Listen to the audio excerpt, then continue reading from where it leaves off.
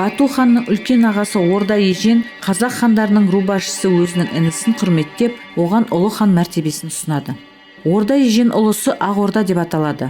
Ол Алтын Орда құрамында болады. Ақ Орда тәуелсіз мемлекет болып қалыптасады және Алтын Ордаға бағынады. Ақ Орданың аумағы қазіргі Қазақстанның Ертіс өзенінен Жетісуды қоса алғанда Сырдарияның орта ағысына дейінгі жерді қамтиды.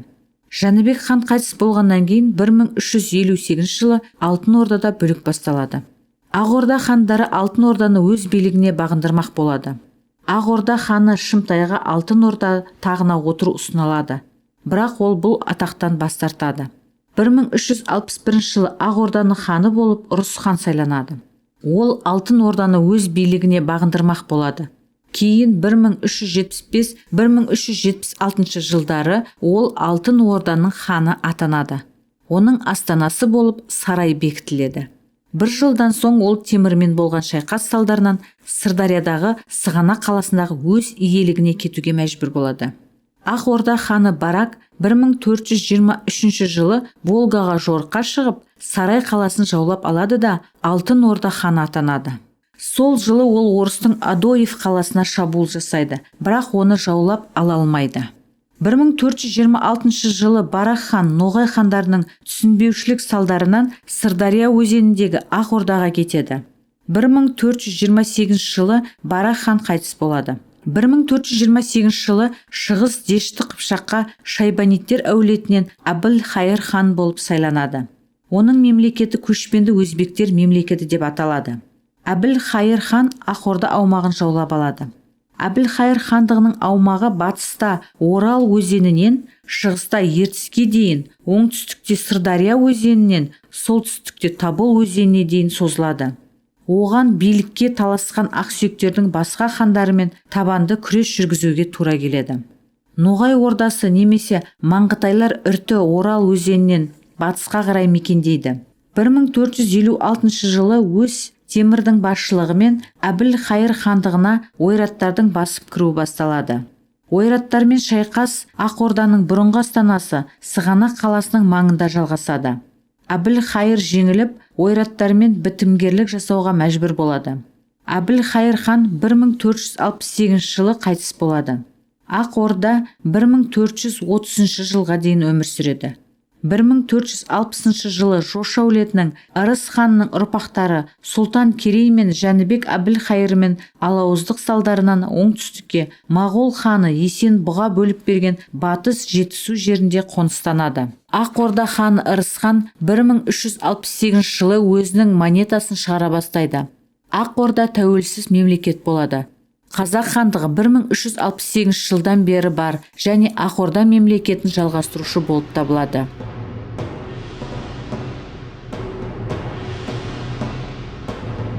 Қазақтардың бабалары ғұндар мен түркілер болып табылады. Олар ұлы Тәңірге, әлемді жаратушы ұлы аспанға бағынады. Тәңіршілдік адамзат тарихындағы ең таза әрі адамгершілік дүниетанымы. Тәңіршілдік бұл адамның амалы мен әрекетіне негізделген дүниетаным және әлемге деген көзқарас жүйесі. Бұл адам мен Құдайдың, адам мен табиғаттың, адам мен қоғамның бірлігі, ата-баба рухтарын қадірлеу. Тәңіршілдік дүниетаным ретінде 7000 жыл бұрын болған. Тәңіршілдік барлық христиан, иудаизм және мұсылман әлемдік діндердің негізі. Тәңіршілдік түркілерді көзге көрінбес жабынды ретінде қорғайды. Түркілер Тәңірге, ата-баба рухтарына ғибадат етіп, олардан көмек сұрауы тиіс. Алғашқы 1000 жылдықтың басында түркілердің бір бөлігі исламды қабылдайды. Мұсылман елдерін жаулаған түркілер жеңген халықтың дінін ұстануға мәжбүр болады. Түркілер таяу шығыста 11-12 ғасырларда кресшілердің найзасынан ислам мен араб өркениетін қорғайды. Бүкіл әлемге ислам туын көкке көтереді. Ортодоксалдық исламда адам бұл Құдайдың құлы. ал тәңіршілдікте адам рухы Құдаймен бірге. Бұл ислам мен тәңіршілдіктің негізгі қарама-қайшылығы. Бұл 9 ғасырда Сирия мен Палестинаны басқарған Тулун түркі әулетін, сонымен қатар 11 ғасырда Иран мен Ауғанстанды басқарған Ғазнауи әулетін жаңартады. Исламда жаңа ағым суфизм құрылады. 11 ғасырда 70 суфизм мектебі ашылады. Суфизмнің негізін қалаушы 11 ғасырда Яссы қаласында өмір сүрген Қожа Ахмет Яссауи болады. Суфизмді оқыту мақсаты адамның жаны адамға енген Құдай жанының бір бөлігі, ал сенушілердің негізгі мақсаты Құдаймен бірігу деп санайды. 14 ғасырда ұлы жаулап алушы Темір Яссыда Қожа Ахмет Яссауи кесенесін салдырады. Ислам оңтүстік Қазақстанда түркілермен қабылданады. Дегенмен көшпенділердің негізгі бөлігі тәңіршілдікке бағынады. Тәңіршілдік заманауи қазақтардың мәдениетіне, тұрмысына терең із қалдырады. Қазақтардың антропологиялық нәсіл түрі ғасырлар бойы қалыптасады. Қазақстанның байырғы халқы сақтар, сарматтар, үйсіндер, ежелгі көшпенді арий ұрпақтары еуропеоидтік болады. Қазақстанның солтүстік және шығыс аудандарының халқы адронавтық брахикефальды еуропеидтік нәсіл түріне жатады. Қазақстанның батыс және оңтүстік батыс аудандарының халқы жерорта еуропеидтік түріне жатады. Жүздеген жыл ішінде олардың арасында араласу орын алады. Біздің дәуірімізге дейінгі бірінші мыңжылдық соңында және біздің дәуіріміздің басында шығыстан батысқа ежелгі түркілердің қоныс аударуы басталады. Түркілер Алтайдың ежелгі халқын ассимиляциялайды және Қазақстан, Орта Азия және Шығыс Еуропа аумағын жаулап ала бастайды. Көшпенді арийлер мен ежелгі түркі мәдениетінің бірігуі орын алады. Түркілердің байырғы еуропеидтік халқымен араласуы басталады. Бұл бірінші мыңжылдықтың екінші жартысында күшейген біздің дәуірімізге дейінгі 3-4 ғасырдағы жерленген мәйіттерден байқалады. Бірінші мыңжылдықта Қазақстан мен Орта Азия халқын түркілендіру басталады. 1815 жылы неміс ғалымы Фридрих фон Диц ежелгі грек эпосы Гомер мен ежелгі түркі эпосының ұқсастығын дәлелдейді. Бұл Грецияға ежелгі грек бабаларының Қара теңіз даласынан келген ахейлер, ежелгі арийлердің ежелгі мәдениетімен, Қазақстан мен Орта Азия аумағына ежелгі түркі мәдениетімен бірігуімен түсіндіріледі. 15 ғасырда қазақтардың тураноидты нәсіл түрі қалыптасады. Белгілі қазақстандық антрополог Оразақ Исмагуловтың пікірі бойынша антропологиялық қазақ түрлері 30% байырғы еуропеидті түрін және 70% түркі моңғол түрін құрайды. Қазақтардың тілі түркітілдес отбасына тиесілі. Қазақ тілі қыпшақ тіл тобына кіреді. Қазақ тілінде парсы және араб сөздері бар. Бұл осы халықтардың ғасырлар бойы мәдени әсерінің нәтижесі болып табылады. 15 ғасырға дейін қазақтар, өзбектер, татарлар, ноғайлар, қарақалпақтар ортақ халық болып саналады және бір тілде сөйлейді. 15 ғасырдан бастап бұл халықтардың бөлінуі орын алады. Қазақ халқы Қазақстан аумағын мекендеген әртүрлі халықтардың араласуы салдарынан қалыптасады. Әлемде түркі тілінде шамамен 200 миллион адам сөйлейді. Азияның, Еуропаның, Африканың көптеген елдерін жаулап алған түркілер ежелгі парсылар, гректер және римляндар сияқты әлемдік тарихта маңыз рөл атқарады. Қазақтар ғасырлар бойы көшпенді және жартылай көшпенді өмір салтын ұстанады. Мал шаруашылығымен, жылқы, түйе, ірі қара мал түрін және қой өсірумен айналысады. Оңтүстік аудандарда қазақтар егін шаруашылығымен, бидай, арпа, тары өсірумен айналысады. 1598 жылдан бастап қазақ хандары ордасының астанасы Яссы қаласы болады. Оңтүстікте Отырар, Сығанақ, Сауран және тағы басқа ірі қалалар болады. Хандар өз монеталарын өндіреді. Қалаларда сауда-саттық жақсы дамиды. Қазақ хандығының аумағы тарихи жүзінде 300-ге бөлінеді. Ұлы, орта және кіші жүз. Ұлы жүз оңтүстік Қазақстан аумағы. Орта жүз орталық және солтүстік шығыс Қазақстан, кіші жүз оңтүстік батыс және батыс Қазақстан. Ұлы жүзге Қаңлы, Дулат, Албан, Суан, Ошақты және басқа да рулар кіреді. Орта жүзге Наймандар, Арғындар, Қыпшақтар, Керейлер, Қоңыраттар және басқа да рулар жатады. Кіші жүзге Адай, Тама, Табын, Берш және басқа да рулар жатады. Осы барлық ру 13-14 ғасырларда Шыңғысхан империясында болады. Қазақтар Шыңғысхан империясының мұрагерлері болып табылады.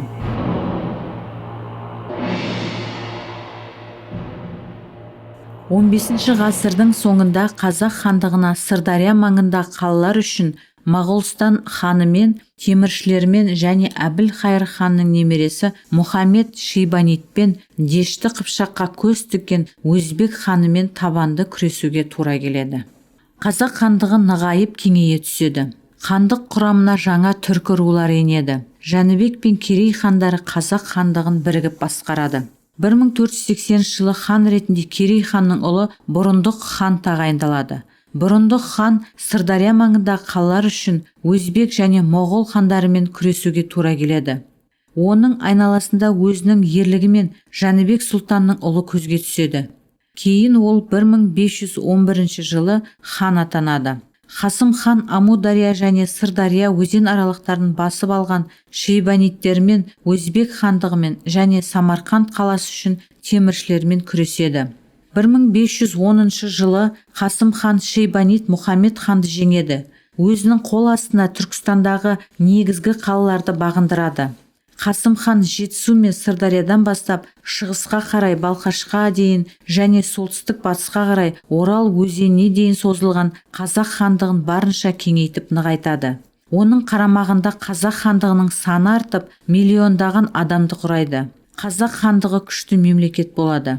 1523 жылы Қасым хан қайтыс болады. Қасым хан қайтыс болғаннан кейін Қасымның ұлы Хақназар хан атанады. Ол солтүстік батыста Ноғай ордасымен шайқасады және хандығын Орал өзенінің сол жақ жағалауына дейін кеңейтеді және осы жерлерді Қазақ хандығына қосады. 16 ғасырдың 50-60 жылдары Хақназар қырғыздармен бірігіп Моғол хандарымен және ойраттармен шайқасады. Өзбек Шейбанит хан Абдулламен бірігіп Хақназар Ташкент билеушісі Баба Сұлтанмен Түркістан қалалары үшін шайқасады. Нәтижесінде жеңіліс табады. 1580 жылы Хақназар хан өзара шайқаста қайтыс болады.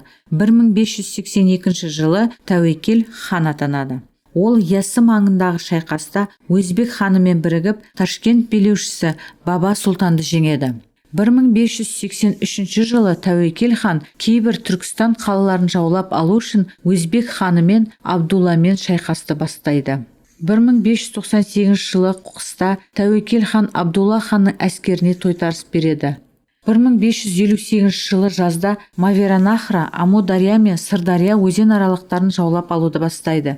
Самарқандты жаулап алғаннан кейін Тәуекел өзінің ағасы Есім Сұлтанды 20 000 әскерімен осы жерде қалдырып, өзі 70 000 әскерімен Бұқараны қоршауға аттанады. Қоршау сәтсіз аяқталады. Тәуекел хан жарақат алып, Ташкентке кейін шегінеді. Кейін сол жерде қайтыс болады. Тәуекел хан ұлы хан Қазақ хандығының соңғы басқыншысы болады. 1598 жылы Шейбаниттермен бітімгерлік шарт жасалады. Нәтижесінде Ташкент, Түркістан және басқа да қалалар Қазақ хандығының құрамына кіреді. Солтүстікте Қазақ хандығы Сібір хандығымен шекаралас болады. Оған солтүстік Қазақстан аумағы кіреді. 1563 жылы Сібір хандығындағы билік Күшім ханның қол астына кіреді. Оның ордасы Қашлық қаласы болады. 1582 жылы орыс атаманы Казак Ермак Сібір хандығын жаулап алуды бастап, Қашлыққа жақындайды. 1584 жылы Ермак қоршауға түсіп, сол жерде қаза табады. Ермак бастаған жеңілістен кейін Сібір хандығы қайтадан жаңғыра алмайды. Одан ары олар орыс мемлекетіне қосылады. Есім хан 1598 жылы хан атанады. Сол жылы Ташкент Қазақ хандығының құрамына кіреді. 1620 жылы Есім хан Жоңғарияға жорыққа аттанады. Онда ол ойраттарды жеңеді. 1627 жылы Есім хан Жоңғарияға жорығын жалғастырып, оларды тағы да ойсырата жеңеді. 1612 жылы Ташкентте таққа Тұрсын Мұхаммед отырады. Ол өзінің монетасын соқтырады. 100 000-ға дейін әскері болады, бірақ Есім хан Түркістанда билеуші хан болады. Осылайша Қазақ хандығында қос билік орын алады. Есім хан мен Ташкенттегі Тұрсын хан арасында азаматтық соғыс басталады. 1627 жылы олардың арасында екі шайқас болады. Соңғысында Тұрсын хан қаза табады. 1628 жылы Есім хан қайтыс болады. Есім ханның ұлы Жәңгір хан болып сайланады. 1630 жылы торғауыттар Хо Өрлік ханның бастауымен Жоңғария ойраттарынан бөлініп, Волга өзеніне қарай көшеді. Торғауыттар Ноғай ордасына тойтарыс жасайды. Нәтижесінде Ноғай ордасы халқының бір бөлігі Волга өзенінен ары қоныстанады. Ноғайлардың қалған бөлігі Қазақ хандығында қалады. Ноғай халқының екіге бөлінуі қазақтар мен ноғайлықтар үшін қайғы қасіретке алып келеді. Себебі олар бірыңғай халық болатын. Нәтижесінде Қазақ хандығының қауіпті жауы Волга қалмақтары пайда болады. 1635 жылы Қазақ хандығының шығысында жаңа мемлекет Жоңғария мемлекеті құрылады. Оны Батур Хунтайджи басқарады. Жоңғарлар 1635-1638 жылдары Қазақ хандығына қарсы сәтті жорықтар жасайды. 1643 жылы Хунтайджи Батур 50 000 әскермен қазақтарға қарсы шабуыл жасайды. Қазақ ханы Жәңгір қарсыласын фитилді оқты қарумен қаруланған 600 әскермен Орбұлақ өзенінің маңында Алатау таулы шатқалында қарсы алады. Осылайша жоңғарлар Жәңгір хан әскерлерінің қарумен атқылаған қоршауына тап болады. Кейін Жәңгір ханға Самарқандтан 20 000 әскермен Жалантос Бағатұр көмекке келеді. Жоңғар әскері толығымен талқандалып, кейін шегінеді. 1652 жылы жоңғарлар Қазақ хандығына басып кіреді. Қазақтар жеңіліс тауып, Жәңгір хан шайқаста қаза болады. Жоңғарлар Жетісудың маңызды бөлігін жаулап алады. Қазақ ханы болып батыр сайланады. 1654 жылы қазақтар Жоңғарияға жорығын бастайды. Келесі жылы қазақтар Жетісу жерін өздеріне қайтарады. 1680 жылы қазақ ханы болып Жәңгір ханның ұлы Тәуке хан сайланады. Тәуке хан мемлекетті орталықтандыру және хан билігін нығайту мақсатында 7 жарғы заңдар жинағын қабылдаған өзінің құқықтық реформасымен әйгілі болады. 7 жарғы Шыңғыс ханның яссы заңдар жинағына ұқсас, қылмыстық, азаматтық және әкімшіліктік құқықтарды реттейтін нормаларды қамтиды. 1681 жылы Хунтайджи Галдан оңтүстік Қазақстанға басып кіреді. Ташкент, Шымкент және тағы да басқа қалаларды жаулап алады. 1688 жылы Тәуке хан Жоңғар хандығына басып кіріп, жоңғарларды Жетісудан ығыстырады. 1697 жылы Хунтайджи Цевен Рабдан жоңғарлардың билеушісі атанады. Қазақ-жоңғар қарым-қатынасы шиеленісе түседі. Қазақтар мен жоңғарлардың бір-біріне шайқасы ұзаққа жалғасады.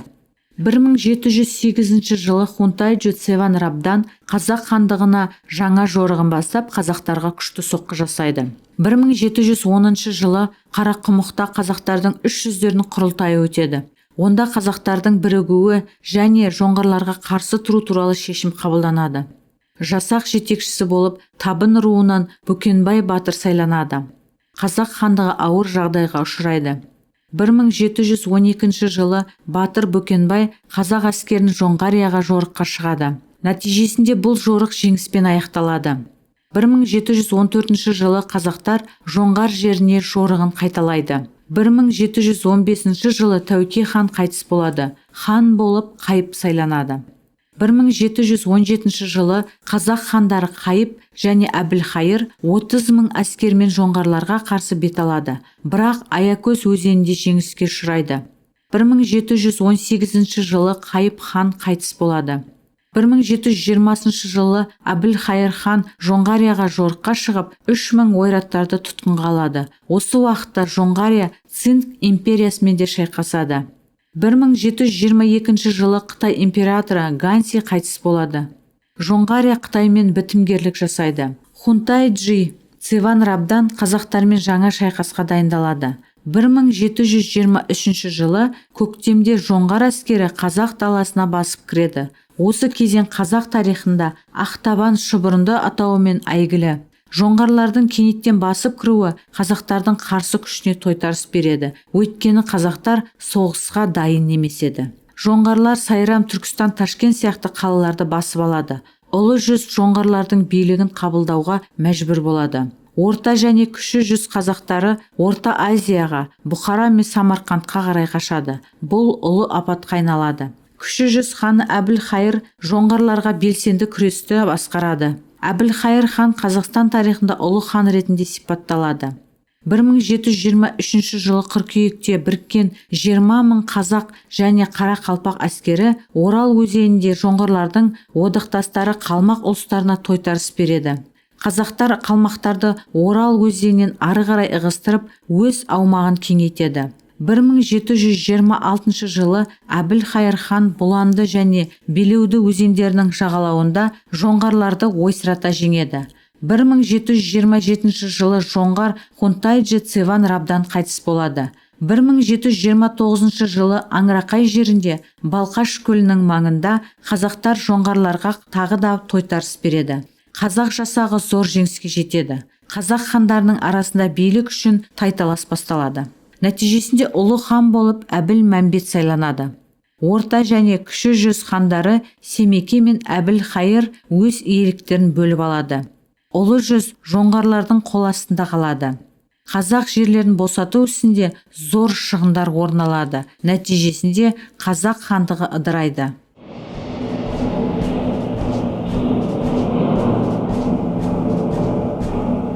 Қазақ хандарының Ресей мемлекетімен дипломатиялық қарым-қатынасы 16 ғасырда орнайды. Дипломатиялық хат жазысу және елшіліктермен алмасу жүзеге асады. Қазақ даласындағы саяси жағдай күрделі болады. Оңтүстік шығыста жоңғар шапқыншылығы қауіп төндіреді. Оңтүстікте Хивай мен Бұқарамен қарым-қатынастар күрделене түседі. Солтүстік батыста қазақ жерлеріне Волга қалмақтарының, башқұрттардың және яиц қазақтарының шапқыншылығы тұрақты орын алады. Солтүстік Ресей империясының күші кеңейіп, күшейе түседі. Әбілхайыр хан Ресей азаматтығын қабылдауға келісім жасайды. Онда келесі мүдделер қарастырылады. Біріншіден, кіші жүзді тұрақты Волга қалмақтарының, башқұрттардың және яиц казактарының шапқыншылығынан қорғау. Екіншіден, Ресейдің қолдауымен өз билігін нығайту. Ең маңыздысы бұл экономикалық себеп. Ресеймен башсыз сауда-саттық жасау, көшпенділердің жылқы, қой, жүн, тері және басқа да өнімдеріне айырбастау арқылы тоқыма тауарларын, ұн және басқа да қажетті тауарларды алу болады. Ресейлік және қазақ тараптарының тұтқындарымен алмасу, ресейлік тұтқындардың саны 2,5 мың адамды құрайды. 1731 жылғы 19 ақпанда императорша Анна Иоановна Ресей азаматтығына кіші жүз қазақтарын ерікті түрде қабылдау туралы жарлыққа қол қояды. Әбілхайыр хан азаматтыққа қарсы әрекет еткен кейбір қазақ ақсақалдарының қарсылығын қабылдайды. Бірақ Бүкенбай, Есет және басқа да халық арасындағы қазақ батырлары Әбілхайыр ханды қолдайды. Кейін кіші жүз ақсақалдары ресейлік азаматтық туралы антты қабылдайды. 18 ғасырдың 40 жылдары орта жүздің бір бөлігі Ресей азаматтығын қабылдайды. Осы кезеңде жоңғарлар қазақ хандығына Орынбор қаласына дейін 4 мәрте шапқыншылық жасайды.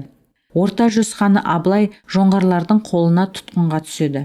1756 жылы Жоңғария Цин империясымен жойылады. Қытай қазіргі Цинзань аумағын жаулап алады. Бұл жоңғар халқының трагедиясы болады. Жоңғарлардың бір бөлігі Қытай әскерімен жойылса, жоңғарлардың қалған бөлігі Алтай мен Монғолияға, тағы бір бөлігі Қазақстанға қашады. Одан әрі қазақтармен ассимиляцияланады. 1771 жылы Әбілмәмбет хан қайтыс болады. Орта жүз ханы болып Абылай хан сайланады. Оның билігі ұлы және кіші жүзге бөлінеді. Абылай хан қазақ тарихында Цин және Ресей империялары арасында икемді саясатты жүргізген ұлы саясаткер ретінде қалады. 1822 жылы Ресей империясы орта жүзде хандық институтын жояды. 1847 жылы Ресей азаматтығына орта жүз қазақтарының маңызды бөлігі өтеді. 1773 жылы Ресейдегі Емельян Пугачевтың басшылығымен халық көтерілісі өрши түседі. Ол кіші және орта жүз қазақтарының қолдау көрсету үшін көмек сұрайды. Волга мен Орал арасында мал жаю үшін жайылым аймақтарын шектейтін қазақ даласында қорғандардың құрылысына қарсы болған кіші жүз қазақтары Емельян Пугачевті белсенді қолдайды. көтерілген яиц казактарымен, башқұрттармен, қалмақтармен және татарлармен бірге кіші жүзден 10 мыңдаған адам қатысады. Орта жүздің 4 мыңнан астам қазақтары 1774 жылғы күзде Ресей қорғандарын, фортпосттарын қоршауға алады. Сібір желілік бекіністеріне шабуыл жасайды. 1775 жылы патша әскері көтерілісті басады. 1775 жылы қаңтарда Емельян Пугачев жазамен өлтіріледі.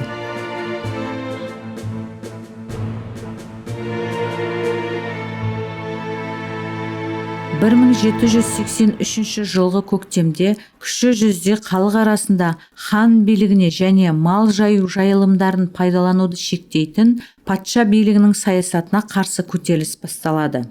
Көтеріліс басшысы Пугачев көтерілісінің белсенді қатысушысы халық батыры Сырым Датов болады.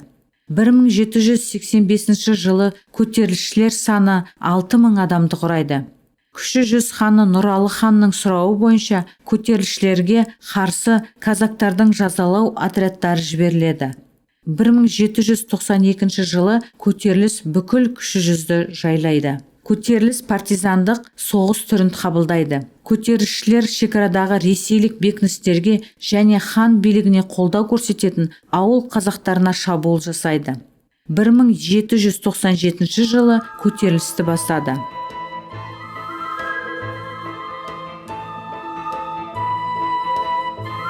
1801 жылы Волга мен Орал өзен аралығында оның бірінші ханы Бөкей атауымен Бөкей хандығы құрылады. Хандық Орынбор әкімшілігінің бақылауында болады. 1836 жылы Исатай Тайманов және ақын Махамбет Өтемісовтің басшылығымен қазақтардың көтерілісі орын алады. Халық хан билігінің өктемдігіне және жемқорлығына қарсы тұрады. Көтерілісті тұрмысы нашар халық тобы шаруалар бастайды. Көтерілісшілер қазақ ақсүйектерінің үйлерін өртеп, малдарын айдап әкетеді. Жәңгір хан көтерілісті басу үшін Орынбор әкімшілігінен әскери көмек сұрайды. 1838 жылы жазалаушылармен қатаң түрде көтеріліс басталады. Көтеріліс кластық сипатқа ие болады. Халық батыры Исатай Тайманов қаза болады. Махамбет Өтемісов хан билігіне қарсы күресті жалғастырады. Бұл тұрмысы нашар қазақ шаруаларының әлеуметтік қарсылығы болады. Жәңгір хан 1845 жылы қайтыс болады. Хан билігі таратылады.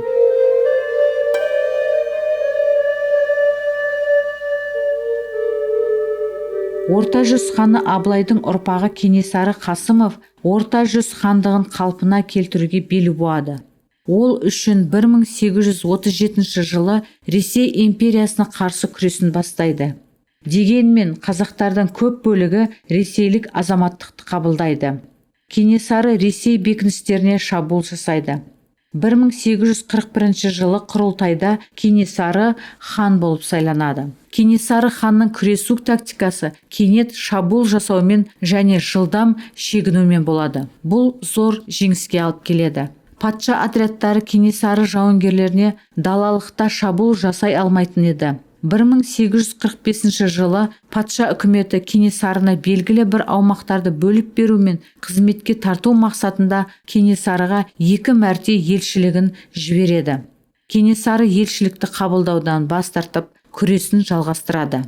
1845 жылы күзде Кенесарыға қарсы жазалау әскері жіберіледі. Осының салдарынан ол оңтүстікке көшуге мәжбүр болады. Осы уақытта Кенесары Қоқан хандығымен соғысты бастап, Сырдариядағы Жөлек, Жаңақорған, Тұрсынбай қорғандарын басып алады. 1846 жылы патша әскерлерімен шеттетілген Кенесары Ұлы жүз аумағына қоныстанады. 1847 жылы Кенесары Қоқан хандығының одақтастары қырғыздармен болған шайқаста қаза табады. Кенесары Қасымов қазақ халқының жадында соңғы хан және қазақ жерін босату үшін ерлік көрсеткен табанды қайыспас батыр ретінде сақталып қалады. Осылайша Алтын Орда шыңғысшылардың соңғы хандық тарихы аяқталады. 1847 жылы Ұлы жүз қазақтарының көпшілігі Ресей азаматтығына өтеді. 1863-1864 жылдары Ресей әскерлері Әулие-Ата, Шымкент, Түркістан және Қоқан хандығының билігінде болған басқа да қалаларды жаулап алады. Ұлы жүздің Ресейге қосылуы осылайша аяқталады.